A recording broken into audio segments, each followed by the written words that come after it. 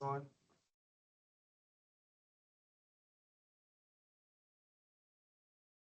Hello, everyone. It's great to be here today. My name is Rebecca. I am the Communications Officer for Under One Roof, Scotland's tenement charity. We are here today to give a presentation on navigating common repairs in tenement buildings. I'll pass you now to Gaynor from Falkirk Council. Hello, my name is Gaynor Wilson. I'm the Private Sector Service Development Officer in Falkirk Council. I work closely with the private sector team. A lot of what I do is to achieve the tasks within our local housing strategy. I'm Nicola Watson. I'm a Private Sector Officer with Falkirk Council. A team's got a very wide remit, but my main remit is landlord registration and disabled adaptations. Hello, my name is Craig Beat. I'm a Private Sector Officer with Falkirk Council.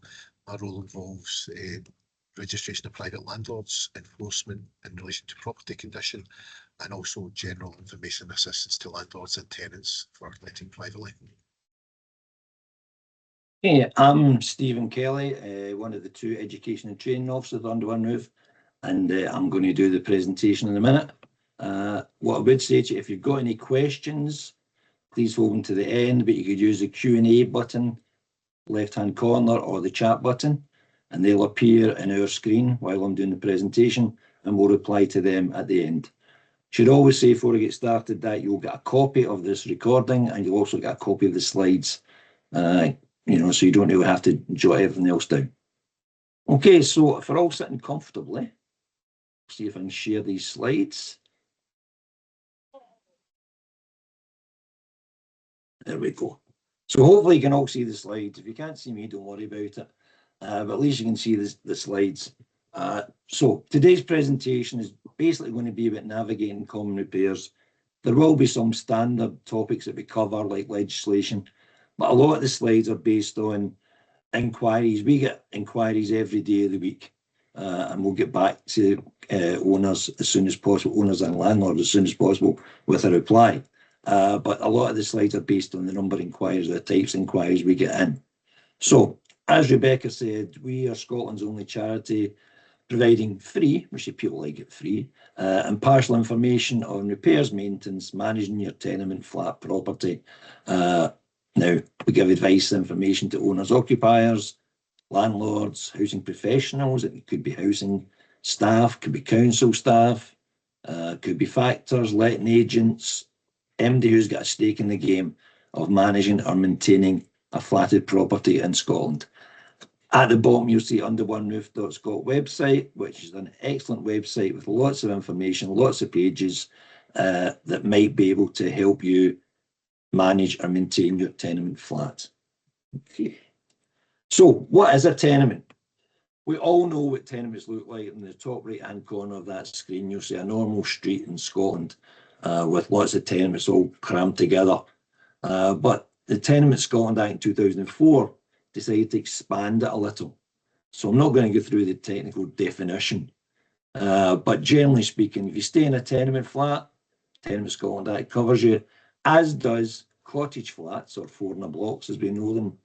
Converted villas, you'll see a lot of these properties throughout Scotland that used to be owned by one person, probably a tobacco lord in Glasgow or a merchant banker, and over the years people have converted these into 2, 3, 4, 6 flats, and high-rise multi-storey flats are also included. So generally speaking, although we talk about tenements and that's what our charity is based around, we still provide information and support to those who stay in flatted accommodation within Scotland. So, problems with the housing stock. Before we go on to how you manage repairs to your properties, we've obviously got to look at the problems with the housing stock.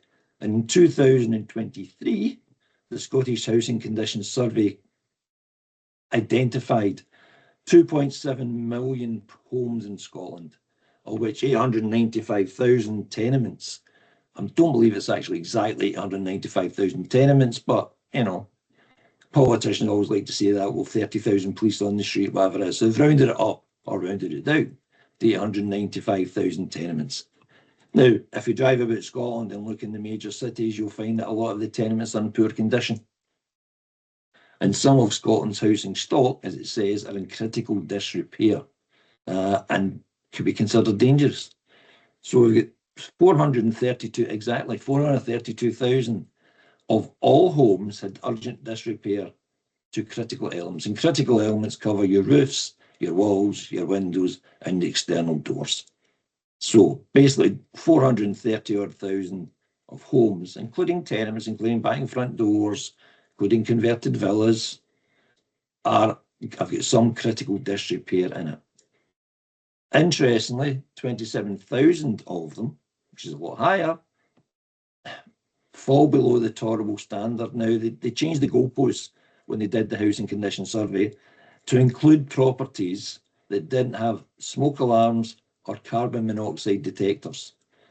Not belittling what they are and how important they are to people who stay in the properties, but it's not what we would all get like me, would look and consider as a house below tolerable standard. So the ones we are more interested in are the 432,000 who have problems with their roof, their walls, their windows, and their external doors. Obviously, an issue with tenement flats is falling masonry. And if Mike was here, he'd tell you a story about somebody get hit in the head with a bit of masonry from a roof. And when I checked last with Edinburgh Shared Repair Service at the turn of the year, I've not done it for a long time, they have recorded incidents of well over 250 incidents of something falling off roofs. Fortunately, not hitting anybody, but causing damage to the pavement, to cars, you name it. So obviously there's housing stock, there's issues that could lead to something dangerous if we don't look after our tenement properties. I put in here owners' failure to address the repairs. There's a number of issues why people don't carry out repairs. First one is some people don't know they're responsible for the common areas of a building.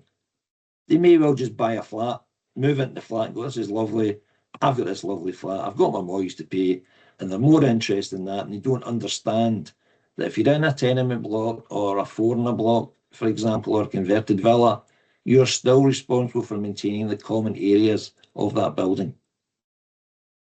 There's a lack of knowledge if they are aware that they've got to repair the common areas. There's probably a lack of knowledge on how to tackle the repair and what process is involved. There's obviously an issue with the cost of repairs from contractors. I'll put this down to two particular areas. One is Brexit. Since then, supply costs have been through the roof for some contractors.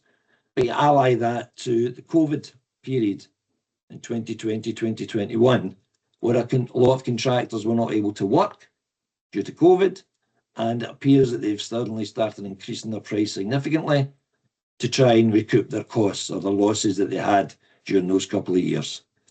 And obviously, the cost of repairs are getting excessive. People's financial resources maybe get tied up and get less and less to pay for it due to the cost of living. So those are probably the areas why owners don't address it. But it's vital to look at how we can address these issues. Did I put this one? Oh, I put this insurance thing in. I've been doing the job 18 months and I hate insurance and I hate chimneys. But because of the recent fire in Perth, you may have heard about, where all the families had to be rehoused. There was a major fire. I don't think anybody died. I could be wrong. Don't quote me on that. But what it's turned out to be is they're all left the properties and half of them don't have any insurance. Half of them want to rebuild the property and half of them don't have the money to rebuild the property. So who knows what's going to happen. If they don't rebuild the property, it'll probably get knocked down. But you should have insurance. People must have insurance. I'm going to change that if you should. Must have insurance.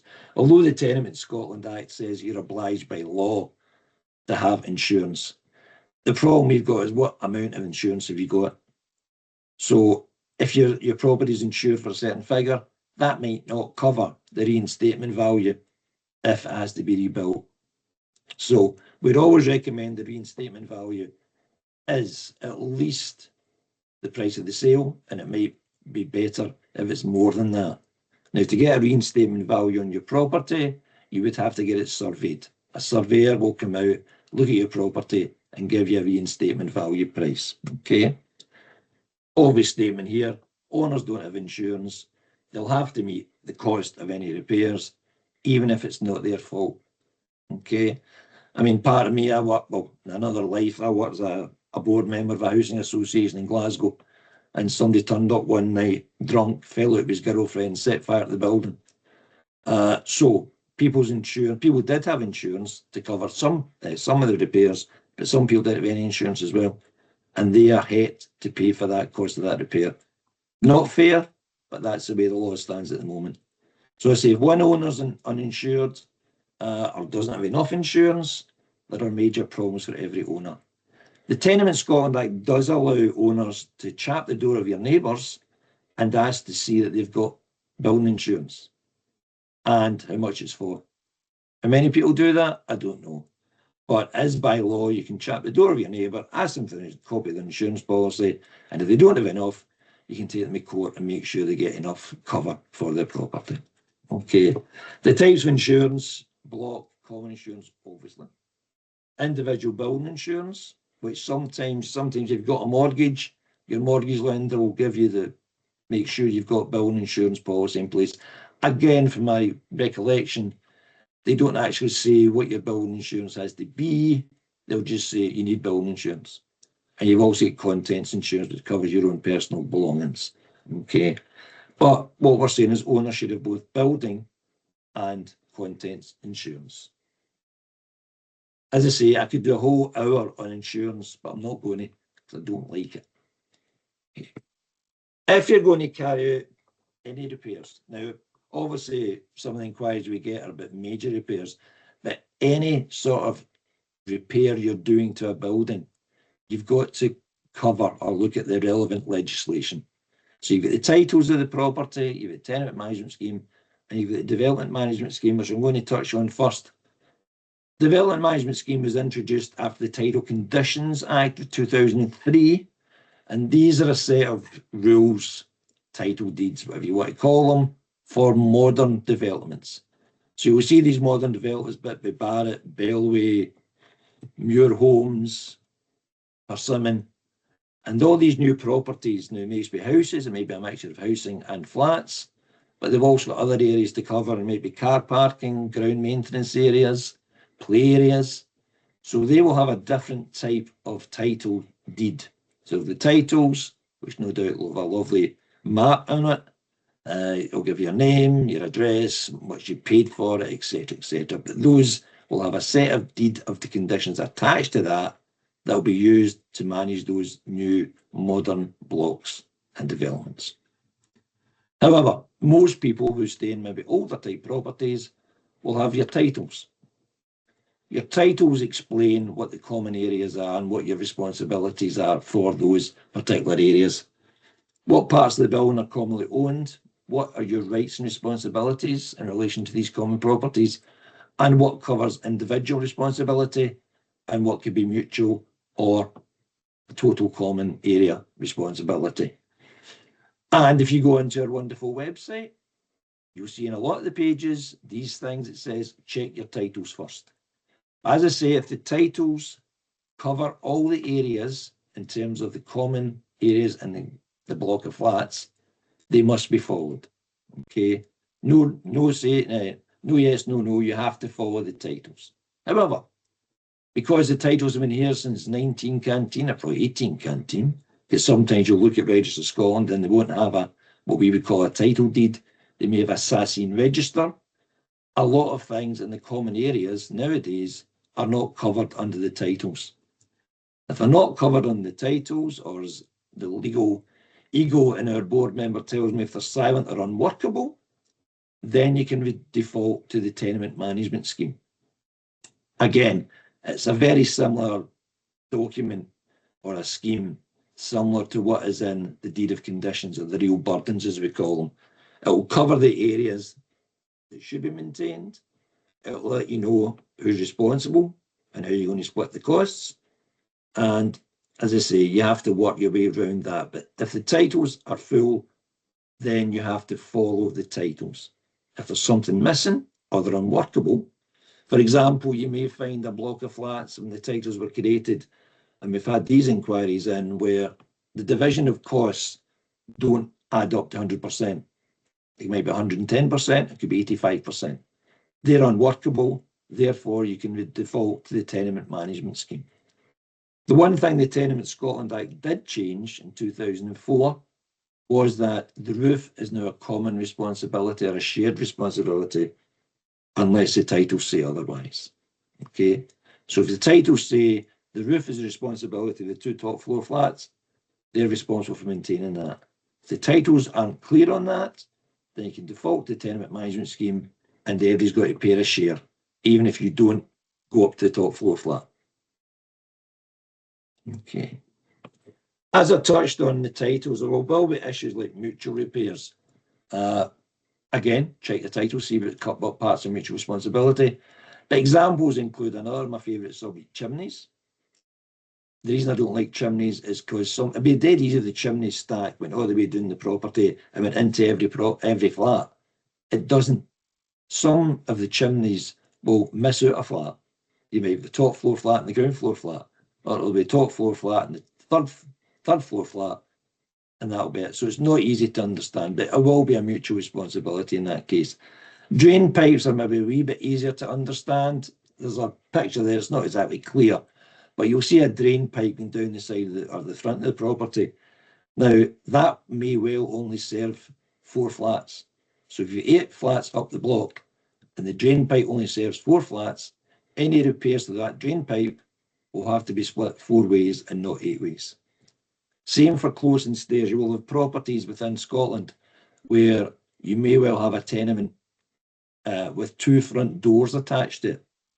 People just from the street go in through their front door and they might not be responsible for certain areas that will come under mutual repairs.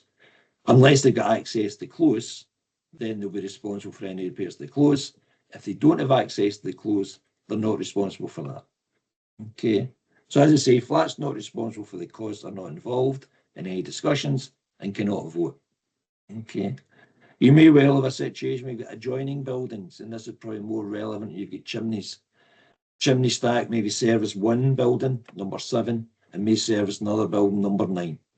If that happens and it has to be repaired, then you split the cost between the 2 buildings of those whose flats are serviced by the chimneys.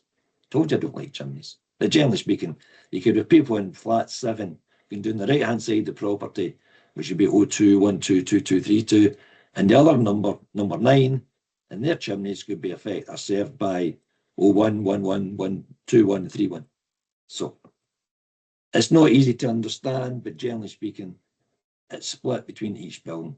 So it was £10,000 to repair the chimney, it'd be split 5,000 to flat 7, or building 7, and 5,000 to building number 9. Okay. The other thing that crops up and we get a lot of inquiries about is mixed tenure in commercial properties. And I've got a picture here of a street, I think it's in Stirling, I'm not sure, where you get flats above shops. Now, the owners of the shops are still treated as an owner and they've got to pay their share of any repairs. So the first point of call is always the title deeds or the titles and the real burdens. But if there's gaps in the title deeds, as mentioned before, you then default to the tenement management scheme. So although the person that runs the shop might not be the owner of the shop, the owner is responsible for the repairs of the common areas. Okay. The shop share it may be a big shop, so therefore they have to pay a bigger percentage of any repair costs. However, they may stick their head in the sand and go, well, I can't afford to pay X, 3 times the share of everybody else. Then it's up to the owners to be negotiable and say to them, okay, as long as you want to fix the roof, I've got to pay £1,000, the shop's got to pay £5,000. It may be worthwhile having a conversation, holding a meeting, and make a one-off arrangement to reduce the cost and get the work done. Because the bottom line, we want the work done as long as you can afford it, understand that. But we're not saying you do that, we're saying out of experience, people have done that in the past and just bit the bullet and went, okay, we'll just split it 8 ways as opposed to somebody paying a bigger share. The same can happen if you have flats. I say, go back to the titles where titles are either unworkable. So bigger flats should be paying more than smaller flats. Again, if they can't afford it, owners I know have just said, we'll just split it equally. But whatever way you're looking at doing these works, you've always got to use proper procedures. Which we'll come on to now, I think. No, I don't. I'll come on to the repair and standards. There we go. Nice to know what my slides I'm talking about. Anyway, repair and standards. You've obviously got your repair and standards for landlords, which were introduced in 2024. But what we're looking at here is the common areas. Straightforward stuff for common areas that all owners are responsible for, whether landlords or just people who don't let their property out. You should have adequate lighting.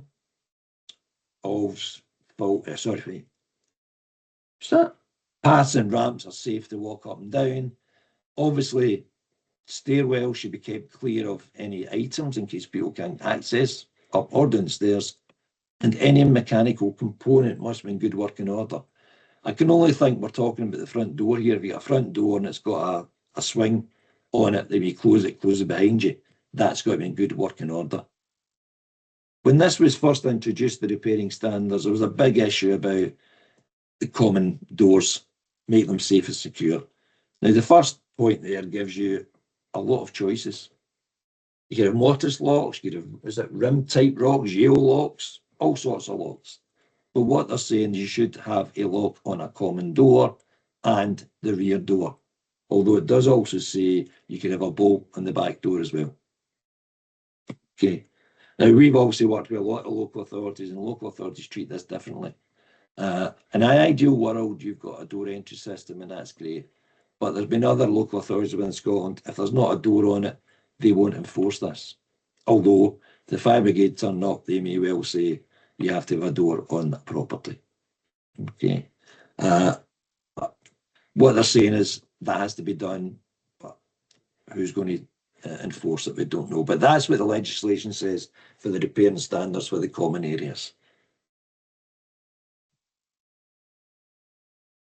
Another issue, another inquiry we get through is whether maintenance or improvement.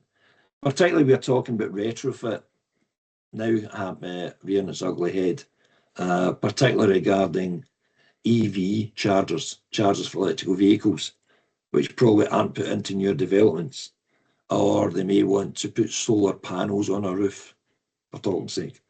So you've got maintenance or improvement. Maintenance is straightforward. Routine repairs, general maintenance. Replacing, it actually says replacing an existing heating system with a new system is still maintenance. And even putting insulation is legally classified as maintenance. But where you're talking about an improvement for a property, and I say you may well be doing something that isn't already there.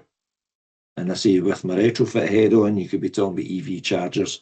You have got to get the support or the vote of all your fellow neighbours to say, yes, we'll give you permission to do it. It doesn't mean that every owner has to pay a share. You can maybe convince people, look, I want an EV charger, there's a space for it, they do it properly, fine, stick it in, we'll support that as long as you pay for it. Okay. But at the moment, 100% consent from all owners is required unless titles say otherwise. Okay. There we go. I finally reached proper procedures, although I can't say proper procedures, say correct procedures. Decision-making process for any of the works we've talked about, any maintenance works, and that's major works, minor works, you've got to do it properly. So if you're staying in a block and you struggle to find owners and landlords, owners, Register Scotland, okay? Landlords, you can either contact your local authority if they've got a landlord registration team and see if they've got any details of the owner. If they don't, then you can contact the Scottish Landlord Register. If you suspect a property up the block of flats is empty or has been empty for a while, again, contact the local authority in the first place, and they may have an empty homes officer. Not every local authority does. But the fallback position for that is Scottish Empty Homes Partnership. You can contact them. And if you're looking for shop owners who aren't playing ball, you've got the website there, Scottish Assessors Association. You can contact them. That's to trace the owners.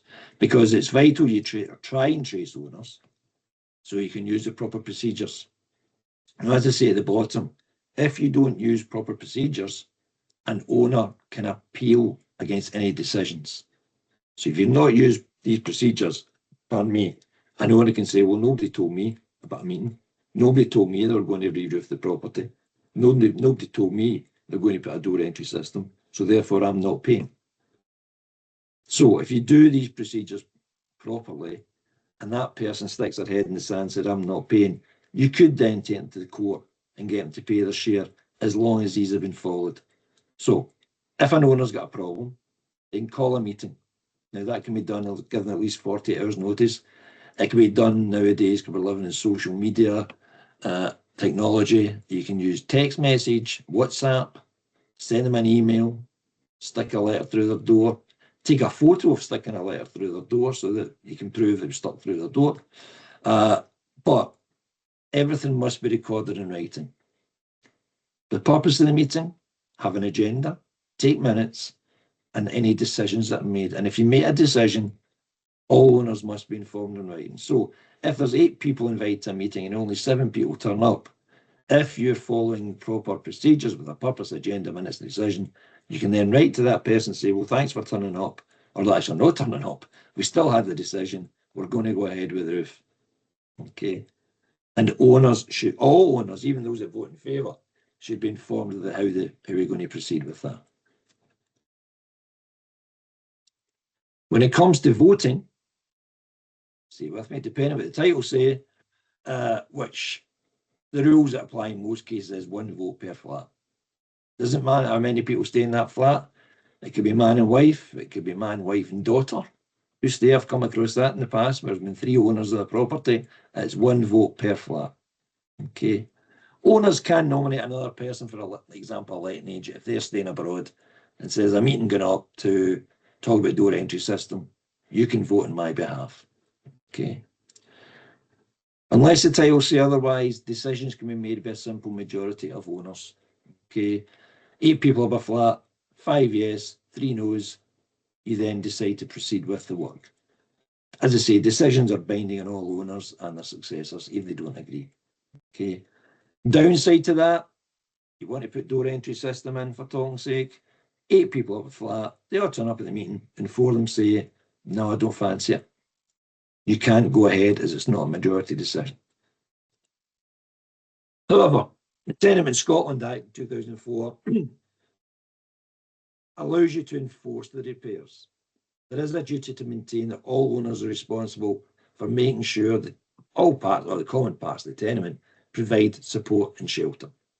Okay, emergency repairs is very similar, 2 different things, but similar. So you're talking the duty to maintain. Emergency repairs may well could be talking about water ingress to the top floor flat. They can't afford to wait to hold a meeting, so they can just go ahead via this Tenement Scotland Act and get the work repair carried out and then bill owners accordingly. Okay. As I say, it's required to prevent damage to the building or in the interest of health and safety. So that could be a water issue. Maybe there's a blockage in the drain pipe coming into the building and it's dirty water. So you can just carry it out without having a proper meeting. Fine bit of legislation, the downside to it is that generally speaking, you are going to have to find the money to repair it and then pursue your neighbours for their share. Okay. But it does allow people, particularly maybe top floor flat, to get some work done to the roof to stop the water ingress going into the property. And unless the titles say otherwise, then it'll be split equally between all the other owners. Okay. Another inquiry we get through regularly is finding contractors. Now, you may well find word of mouth. It's a good idea. If somebody you know in the street has got work done and you're happy with the quality of that work, maybe ask them for the details of the contractor. If not, you've actually got local authorities. Some local authorities have trusted trader schemes, some won't. If don't, you could contact Scottish Trading Standards, or you've got Buy with Confidence, Trustmark, you have Federation of Master Builders, Roofing Contractors. There are ones out there like checkatrade.com. I think that's David Tennant. You've got the Truster Trader Scheme themselves. You might have Which Trusted Traders. So there's a lot of avenues, a lot of websites, should say, that you can maybe look at and maybe give you some indication. And I think a lot of these things, you put in what you're looking for, and 2 or 3 people will contact you. However, what you should always do when you're dealing with contractors is do some contractor checks. Do their public liability insurance and health and safety, for example. What experience do they have in managing the work that you're looking to do? Are they a jack of all trades, master of none, or are they specialised in the work you're looking to get done? Is a guarantee or a warranty provided? And nowadays, as touched on before, you can check the internet and social media for information and response. You can check like Trustpilot and all that to get information on a particular contractor before you do it. However, if you are talking major works and you find a contractor, it's not just as simple as getting them to do the work. Whereas talking about major work, we'd always recommend the use of professional advice where you can, as it could save you money in the long term. These are probably for major works, but we'd always say that if you're talking about major works, and again, it comes from our experience of dealing with inquiries, is make sure that the actual remedial work and what you're looking to get on is clearly stated in the specification. We had an inquiry where somebody got something done to a close and they carried out the repair and they didn't paint it, but they weren't asked to paint it, and they had to go back and give them another price to paint the close. So make sure all bases are covered. We would always recommend, where possible, you get at least 2 tender prices. In an ideal world, you get 3, but we know it's difficult. Some contractors aren't keen on tendering for work, or they maybe put in a price that's ridiculous, either too high or too low. But we would always recommend at least 2 tender prices are requested. When you get the tender prices in and you're doing it properly, you can create a checklist. Tick the box to make sure they're all signing for the same hymn sheet. They've all covered all the bases. And again, don't always base your decision on the lowest price. Again, as I say, I'm a member of a housing association board and we're doing a ground maintenance contract, and somebody put a price on it really low, and we checked with them, they'd missed out 4 streets. We didn't know he did that. Didn't know it was part of your development. So try to make sure, don't always look at the low price. Check whether they're covering. As I say, make sure they're all covering for what, or putting a tender price in that is similar to what you've asked for. And a big thing that crops up, as I say, project management, issues with the contractor. You know, detail things before they start, access, start date, on-site, who's going to manage the on-site. Big thing that crops up is contingency costs for any unforeseen works. Again, in a previous life, I worked for care and repair. I used to put disabled adaptations in. And it's simply a case of taking the bath out and putting a shower in. But on a number of occasions, when they took the bath out, they might find wet rot or dry rot. So that then had to be done before they could put the wet floor shower area in. So think about any possible contingency costs for unforeseen works. Consider a penalty charge if they've not finished in time, and what the projected completion date is. Obviously, finance comes into it. So paying for repairs, as I've stated there, if the titles or the tenement management scheme say the owners are responsible for the repair, they must pay their share of the costs. Sorry. Payment options. Falkirk Council do operate a discretionary grant system for below tolerable standard, substandard lead pipe removal. You could use your own savings or consider joining a credit union.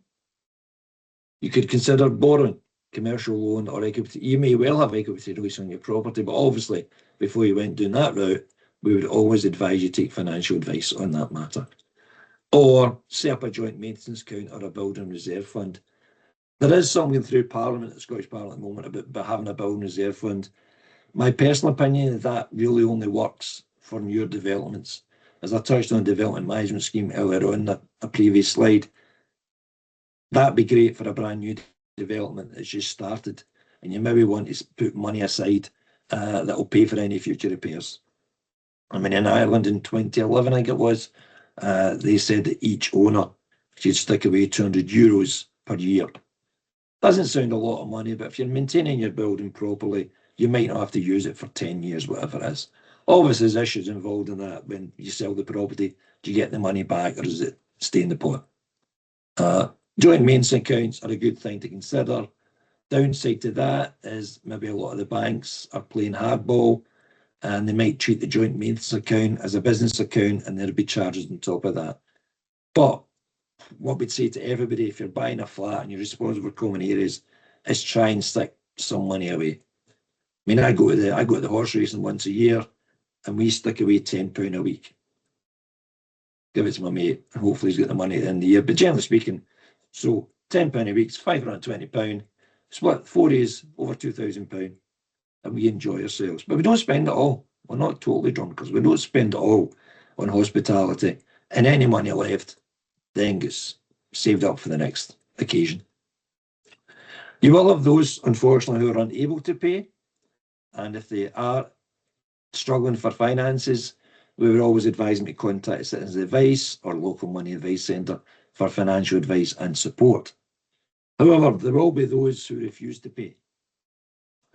And again, if you followed proper procedures, you can then threaten to take them to court for that, and you can prove that you have got all the evidence in front of you that they were told, they were advised, they were involved in any decision that were made. They're just refusing to pay. Okay, so you can proceed to instruct the repair, settle the bill, send him a bill. Pardon me. You could consider sending a letter of intent to sue, which is a red letter we get for bills, where you maybe say, look, if you don't pay, then what we'll do is we'll actually bill you for or take you to court. You can raise a payment action if there's shares less than £5,000, or they call it a simple procedure, but it's a play on words, because I say if you go to court, you're going to provide evidence that you've done all the procedures correctly. Or, depending on the cost of the share, you could bite the bullet and split the bill between the remaining owners. I'm put down there either 7 regarding 10. So if the person who's not willing to pay his share is £1,000, split 7 ways is about £150. Not saying it's easy to pay for that, and it might be upset you, on me, but it may be better to do that than go down to court and take them to court. Because the problem is, go to court, there's no guarantee you're going to win at the end of the day. I put this on, I don't think you've got a lot of factors in Falkirk area, but it's something that appears regularly in our inquiries. And again, we could do a whole session on dealing with property factors for you. As property factors are governed by the Factors Act. Anybody who's a factor in Scotland has to be registered, and the register is run by the Scottish Government. They have to adhere to a code of conduct. Okay, so the code of conduct they must adhere to.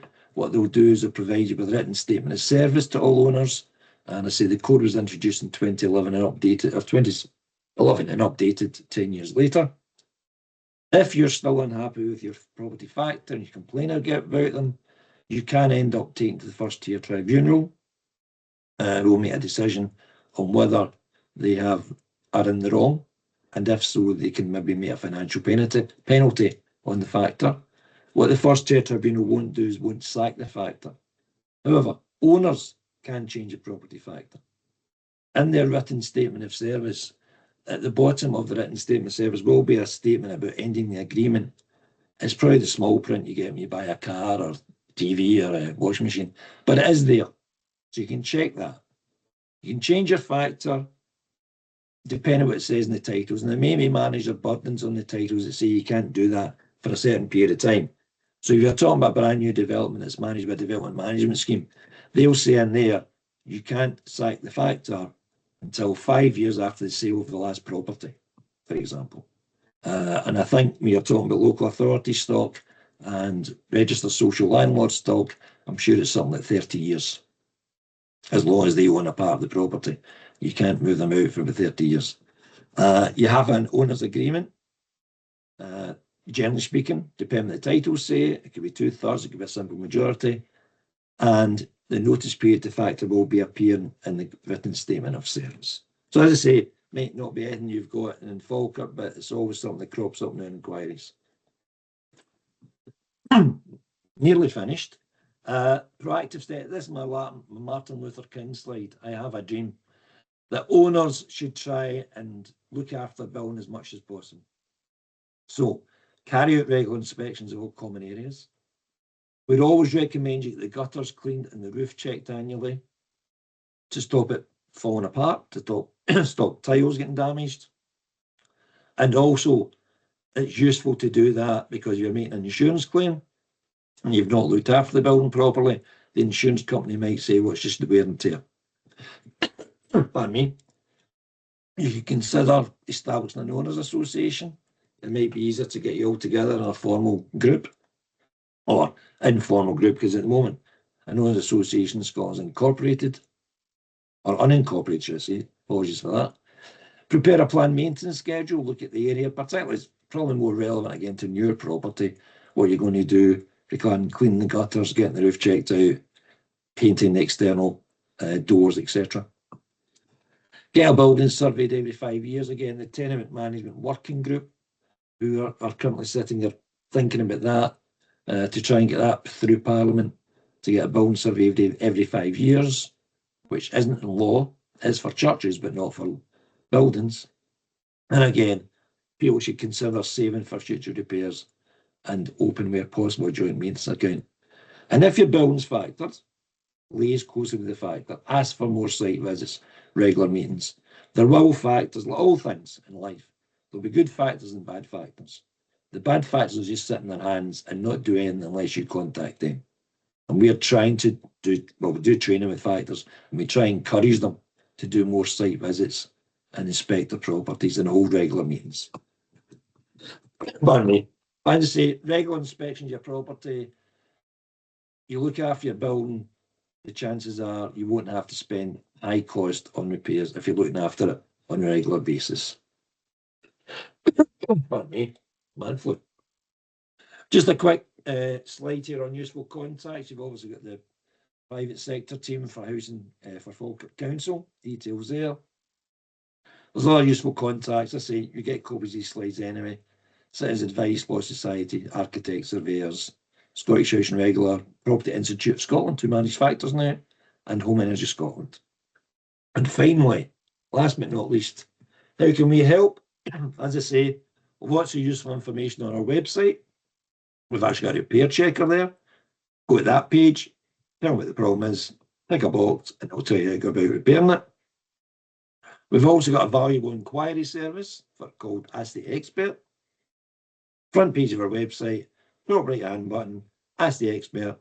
Hit that button, it will take you to another page, and all we ask for is your email address, what local authorities they're in, whether you're an owner, a landlord, factor, whatever it is, and put your inquiry in the box below, and it will come to me. I seem to get all the emails. I'm no expert, but we've got a band of learner brothers behind me who can help reply. So we've got technical advice, we've got legal advice, and we've got insurance, my favourite subject. We've got somewhere in Howdens who can maybe point us in the right direction and answer your inquiries for that. What we would advise you to do, where you can subscribe for the monthly e-newsletter. That comes out obviously once a month with flavour of the month details, information of any events, and any information that maybe be inquiry of the month. So as I say, there's the detail of the website address and email info@underoneroof.scot. And thank you for listening. And I'm going to have a glass of water for a croak. Thank you. Thanks very much, Stephen. That was really, really helpful. We've got a couple of questions in the Q&A. Okay. The first is from Craig Beat from Falkirk Council.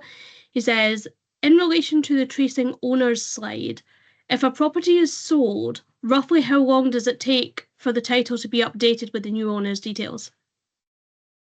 Probably how long is a piece of string, Craig? I mean, it really is. It depends on how property's sold, or then go to the solicitor. Solicitor then put the details through to the rest of Scotland. It depends how quickly they update their records. But if you're making an inquiry to the rest of Scotland, then make them aware that as far as you're concerned, you know, in your position, the house has been sold. Can you give me details of who the new owner is? Thank you, Stephen. Cheers. Oh.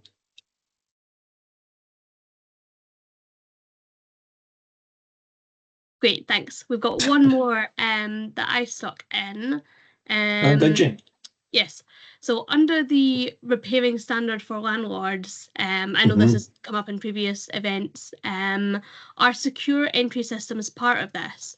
And if so, how should a landlord go about organising the installation of a secure entry to like the front door or block of flats if the other owners don't want to? And well, one, it'll depend what's in the titles. The titles are gospel. If the titles don't mention the door entry system, then you can default doing the tenement management scheme. But that is just a normal, it's a decision that has to be made.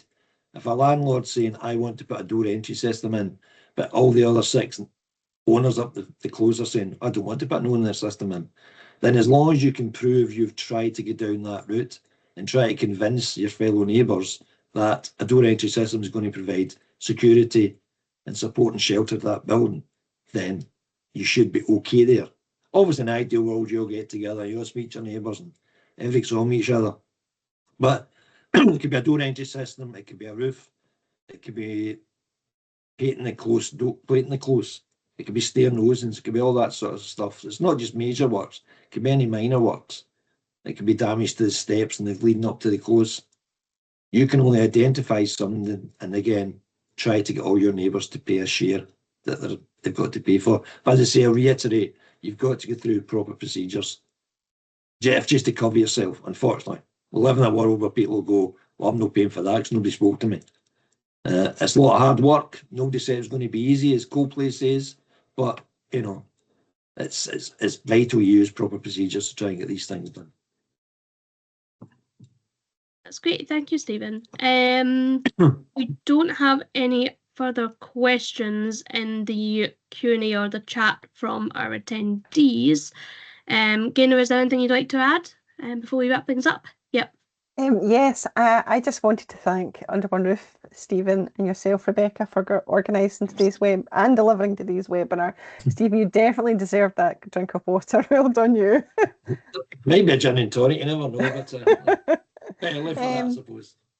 I also just wanted to say that Under One Roof have also agreed to host a retrofitting webinar for us in February. I think it's the 18th of February. Yeah. We're going to add details about this event onto our Under One Roof page just shortly. The Under One Roof page can be accessed from the link that I added into the chat earlier. Just again, thank you very much, Stephen and Rebecca, for today's webinar, and I hope everybody found it really useful and helpful. Yeah, and again, I reiterate, if you've got any queries, anything you want answered, please go to the website and use the Ask the Expert. I say what comes to us, and it's not just me, there's Jacqueline, and I say with people in the background who'll give you a lot more valuable information than I can. That's great. Thank you very much, everyone. Okay. We'll see you at the next one. Thank you. Thank you. See you on the 29th. Bye. Bye. Bye.